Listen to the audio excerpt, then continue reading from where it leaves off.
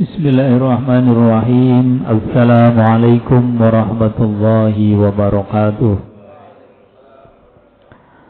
Bismillah, innal hamdalillahi nahmaduhu wa nasta'inuhu wa nastaghfiruh wa na'udzu billahi min shururi anfusina wa sayyiati a'malina, may yahdihillahu fala mudilla lahu wa may yudlil fala hadiya lahu.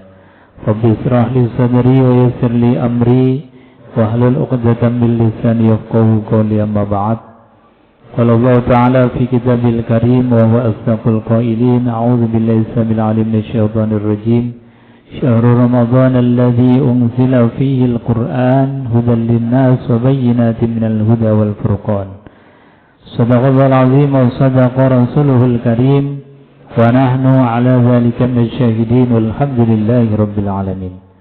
Hadirin Bapak Ibu jamaah salat Isya tarawih dan witir yang dimuliakan Allah Subhanahu wa taala. Alhamdulillah sampai sudah kita di malam 21 Ramadan.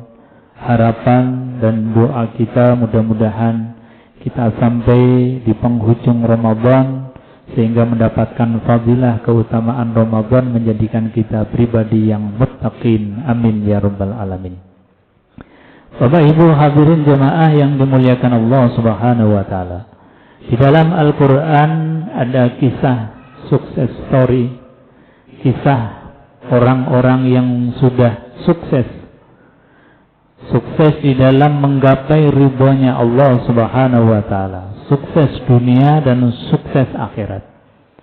Makanya Allah tampilkan sukses story ini, dikisahkan di dalam Al-Quran supaya menjadi ibrah, pelajaran bagi kita. Di antara orang yang sukses dalam Al-Quran yang dikisahkan, itu Allah sampaikan mereka menjadi Al-Mustafa, orang-orang pilihan. Tentu ini tidak sembarang pilihan, karena pilihannya tidak melalui pilkada atau pilpres, tapi pilihan ini adalah disebabkan karena amaliyah mereka sehingga menjadi manusia-manusia pilihan Allah Subhanahu wa taala. Maka ini ditampilkan di dalam Quran supaya menjadi pelajaran bagi kita. Sukses story yang pertama Allah sampaikan, innallaha astafa Adama wa Nuhan wa ala Ibrahim wa ala Imrana 'alal 'alamin. Innallaha astafa, sesungguhnya Allah telah memilih Adama, pertama Nabiullah Adam, wa Nuhan yang kedua Nabiullah Nuh, wa ala Ibrahim yang ketiga Ibrahim beserta keluarganya, wa ala Imran dan Imran beserta keluarganya. Nah, kita patut bertanya, kenapa mereka itu menjadi pilihan Allah? Nah, ini yang kemudian kita akan belajar supaya kita bisa meneladani. Yang pertama, innallaha astafa Adam, Allah memilih Nabiullah Adam sebagai manusia pilihan. Kita tahu bahwa Adam meskipun pernah tinggal di surga, itu juga pernah melakukan dosa, meskipun hanya sekali. Dosa sekali saja, kemudian diusirlah Adam dari surganya Allah Subhanahu wa taala. Tetapi Nabiullah Adam alaihissalatu wassalam meskipun pernah melakukan maksiat, berdosa kepada Allah Subhanahu wa taala, Nabiullah Adam alaihissalatu wassalam punya kesadaran diri. Sehingga apa? Kemudian lekas meminta ampunan kepada Allah Subhanahu wa taala. Nah, ini yang patut kita belajar dari beliau, bahwa ketika kita punya salah, punya khilaf dan dosa, kita harus punya kesadaran diri. Jangan sudah salah nggak mengakui salah, bahkan kadang-kadang sudah salah mencari pembenaran. Nah, ini yang tidak boleh. Makanya kemudian Nabiullah Adam alaihissalatu wassalam itu, karena memang sudah diskenariokan Allah Subhanahu wa taala mengajari Nabiullah Adam, fatalaqqa Adamu mir rabbih kalimatin fataba alaih. Allah mengajarkan kepada Nabi Allah Adam satu kalimat pertaubatan yang kita hafal bersama. Kalimatnya Nabi Allah Adam, Rabbana zalamna anfusana wa illam taghfir lana wa tarhamna lanakunanna minal khasirin. Rabbana zalamna Gusti, zalamna anfusana, ya Allah saya ini zalim ya Allah. Saya ini dosa ya Allah. Saya ini bermaksiat ya Allah. Inilah yang kemudian Allah catat bahwasanya pengakuan dosa ini yang penting. Apalagi kita yang dosanya berulang-ulang, yang dosanya berkali-kali, yang dosanya terulang-ulang terus. Kalau tidak ada kesadaran Rabbana zalamna anfusana, maka ini tentu lanakunanna minal khasirin, akan dimasukkan ke dalam orang-orang yang merugi. Maka satu, kesadaran akan dosa, karena kita bukanlah orang yang maksum. Setiap kita pasti punya salah, pasti punya dosa. Dan kata Rasulullah, orang yang baik bukan orang yang tidak punya dosa, tapi orang yang baik adalah orang yang punya kesadaran ketika dia berdosa. Tubu ilallahi taubatan nasuha, bertobat kepada Allah dengan taubat nasuha. Ini yang pertama. Yang kedua, wa Nuhan, dan Allah telah memilih Nabiullah Nuh alaihissalatu wassalam. Kita tahu di dalam sejarah Nabiullah Nuh, di dalam berdakwah, di dalam mengajak orang untuk bertauhid itu berpuluh-puluh tahun, bahkan beratus-ratus tahun. Tapi sekian lama beliau itu berdakwah, hanya beberapa gelintir orang yang mengikuti beliau. Maknanya apa? Bahwa Nabiullah Nuh alaihissalatu wassalam di dalam berdakwah itu penuh dengan kesabaran. Nah, sabar inilah yang kemudian dinilai oleh Allah. Orang itu kadang-kadang dakwah kalau nggak diikuti motong, ngajak kalau nggak diikuti kemudian nggak mau ngajak lagi. Nah, ini nggak boleh. Bahwa orang kalau di dalam berdakwah mengajak tidak boleh ada rasa bosan, tidak boleh ada rasa putus asa, tidak boleh ada rasa bosan. Apalagi ketika kita mengajak keluarga, anak di dalam kebaikan, khususnya di dalam menjalankan sholat. Kita terus menerus nggak boleh bosan mengingatkan anak-anak kita, nggak boleh bosan mengingatkan kepada yang lain untuk melaksanakan sholat. Makanya Allah di dalam Quran mengingatkan bahwasanya wa'mur ahlaka bis-shalah wastabir 'alaiha. Wa'mur ahlak, perintahkanlah ahlimu, keluargamu, anak-anakmu, pasangan hidupmu bis-shalah, untuk mengerjakan sholat. Bukan hanya diperintahkan untuk memerintahkan sholat, tapi Allah sampaikan wastabir 'alaiha, dan bersabarlah atasnya. Karena seringkali kita ngajak, perintahkan anak, kemudian anak enggak mau, sekali, dua kali, sudah didiamkan. Nah, ini enggak boleh. Terus menerus, tidak boleh ada rasa bosan.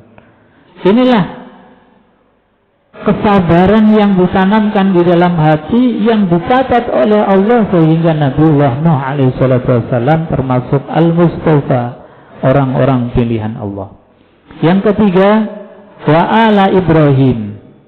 Kalau yang pertama, kedua itu hanya individu. Kalau ini Ibrahim beserta keluarganya. Kenapa Nabiullah Ibrahim alaihissalatu wassalam dan keluarganya dipilih oleh Allah? Nabiullah Ibrahim itu di dalam mendidik putra-putrinya luar biasa. Bahkan sampai beliau dalam keadaan sakaratul maut, itu saja masih mengajarkan, mengingatkan putra-putrinya. Wawassa Ibrahim banihi wa Ya'qub ya baniya innallaha astafa, duhai anak-anakku, sesungguhnya Allah telah memilihkan agama untukmu, fala tamutunna illa wa antum muslimun, maka jangan sekali-kali engkau meninggal dunia kecuali meninggal dunia dalam keadaan memeluk ajaran Islam. Ini dalam keadaan sakaratul maut saja masih mengajarkan tauhid, mengingatkan, jangan engkau sekali-kali meninggalkan Islam. Bahkan kemudian mengatakan, ma ta'buduna min ba'di. Wahai anakku, kalau sekarang orang tua masih hidup, masih mengingatkan kalian untuk salat, untuk beribadah, ma ta'buduna min ba'di, apa yang akan kau sembah nak? Bila orang tua sudah tidak ada, orang tua sudah meninggal dunia, ma ta'buduna min ba'di, apa yang akan kau sembah? Apakah sudah mulai berpaling dari Allah Subhanahu wa ta'ala? Apakah engkau akan meninggalkan sholat? Apakah engkau kemudian dengan sholatnya akan disia-siakan? Ma ta'buduna min ba'di, apa yang akan kau sembah nak? Ini Ibrahim alaihissalatu wassalam dalam keadaan sakaratul maut masih ingat terhadap putra-putrinya, masih membimbing putra-putrinya. Maka kemudian anak-anaknya Nabiullah Nuh alaihissalatu, Nabiullah Ibrahim alaihissalatu wassalam berkata, menjawab atas apa yang ditanyakan oleh Nabiullah Ibrahim. Mudah-mudahan ini juga menjadi jawaban anak-anak kita. Mereka mengatakan, qalu na'budu ilahaka wa ilaha abaika Ibrahim wa Ismail wa Ishaq ilaha wahida wa nahnu lahu muslimun. Mereka anak-anaknya Ibrahim ketika ditanyakan, ma ta'buduna min ba'di, apa yang akan kau sembahna? Mereka mengatakan, ilaha wahida, saya tetap akan menyembah Tuhan yang satu, yaitu Allah Subhanahu wa ta'ala, wa nahnu lahu muslimun, dan mereka punya kebanggaan, berikrar diri dengan mengatakan, kami adalah muslim, kami adalah orang Islam. Punya kebanggaan. Jangan kemudian dia agamanya Islam tapi tidak ada rasa bangga ketika berhadapan dengan orang lain. Ditutup-tutupi, bahkan kemudian nilai-nilai Islamnya tidak tampak.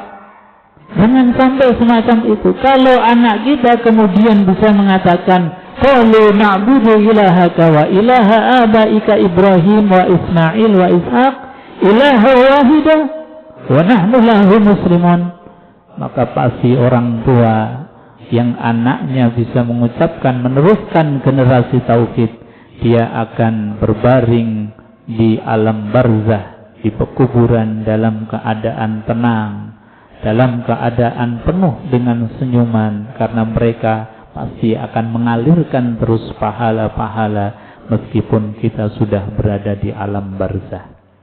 Tetapi manakala orang tua yang sudah berada di alam barzah, alam kubur, kok anaknya sampai tidak kenal dengan Allah, anaknya kemudian meninggalkan sholat, rasanya kemudian orang tua keloro-loro nangis batin di dalam kuburnya karena tidak ada kiriman lagi untuk mereka.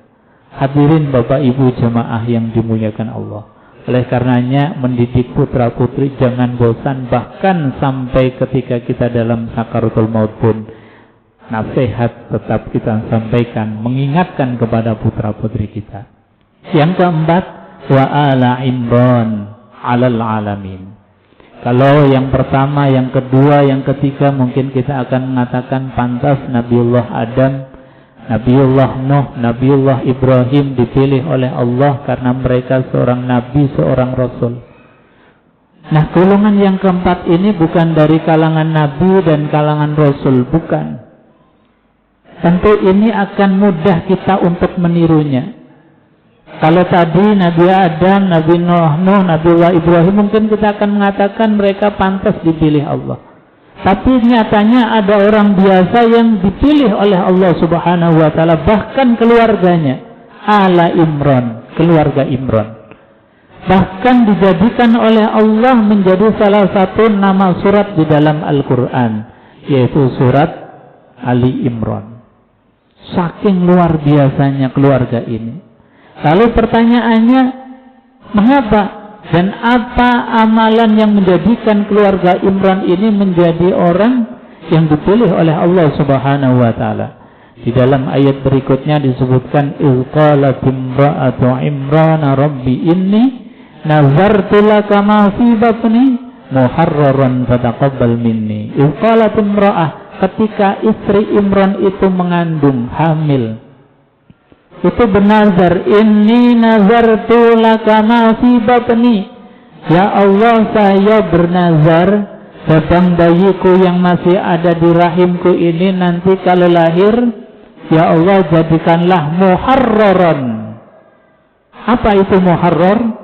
Al-Imam Ibnu Katsir di dalam kitab tafsirnya, muharrar itu adalah li khidmati baitikal muqaddas, orang yang mengabdi di Baitul Maqdis, orang yang mengabdi di masjid, di tempat ibadah. Seorang ibu, istrinya Imran, anaknya itu masih dalam rahim, sudah dicita-citakan, ya Allah nanti kalau anak ini lahir akan saya titipkan ke Baitul Maqdis supaya ngrumat, supaya dia itu khidmah ke Baitullah, ke tempat suci. Makanya kemudian ketika lahir, ternyata perempuan sempat gelo, karena biasanya yang rumat, khidmah ke masjid, ke Baitullah, ke tempat suci itu biasanya laki-laki. Tapi karena sudah nazar, meskipun anaknya itu perempuan, tetap dihidmahkan, dititipkan ke pamannya Nabiullah Zakaria alaihissalatu wassalam. Sampai kemudian ini dinamai Maryam yang nantinya akan menjadi ibunda Nabiullah Isa alaihissalatu wassalam. Jadi orang yang kemudian punya cita-cita luhur untuk menjadikan anaknya itu dekat dengan masjid. Kita mungkin tidak usah bercita-cita seperti seperti Maryam atau ibunya Maryam, istrinya dari Imran, tapi kita cukup sebagaimana yang disampaikan oleh baginda Rasulullah SAW, bahwa jadikanlah kita, anak-anak kita, orang yang disifati oleh Rasulullah, rajulun qalbuhu mu'allaqun fil masajid. Jadikanlah kita menjadi rajulun, yaitu orang-orang qalbuhu, yang hatinya mu'allaqun, yang punya kerinduan terhadap masjid. Jadi rasanya kalau sehari enggak ke masjid, ada sesuatu yang kurang, ada sesuatu yang enggak pas. Sehingga apa? Suatu saat atau setiap hari kita punya kerinduan, sehingga ketika kita datang ke masjid bukan menjadi beban, tapi itu kita kembali kepada rumah kita yang hakiki. Kita punya kerinduan terus, dan itu yang harus kita bangun, kita tularkan, kita ajarkan kepada anak-anak kita. Kita doakan dan kita cita-citakan, ya Allah jadikanlah semua anak-anak kami, ya Allah, orang yang rajulun qalbuhu mu'allaqun fil masajid, orang yang hatinya punya keterikatan, punya kerinduan terhadap masjid. Oleh karenanya ketika masjid memanggil, Allah Subhanahu wa taala memanggil melalui lisan muazzin, hayya 'alas shalah, hayya 'alal falah, hati itu kemudian ada getar-getar, tertarik untuk mendatangi setiap panggilan Allah Subhanahu wa taala. Mudah-mudahan kalau hati kita, hati anak-anak kita, hati keluarga kita adalah hati yang qalbuhu mu'allaqun fil masajid, insyaallah kita pun menjadi orang-orang yang dipilih oleh Allah Subhanahu wa taala, meskipun tidak tercantum di dalam Al-Qur'anul Karim. Amin ya rabbal alamin. Billahi taufiq wal hidayah wa ridwal inayah. Assalamualaikum warahmatullahi wabarakatuh.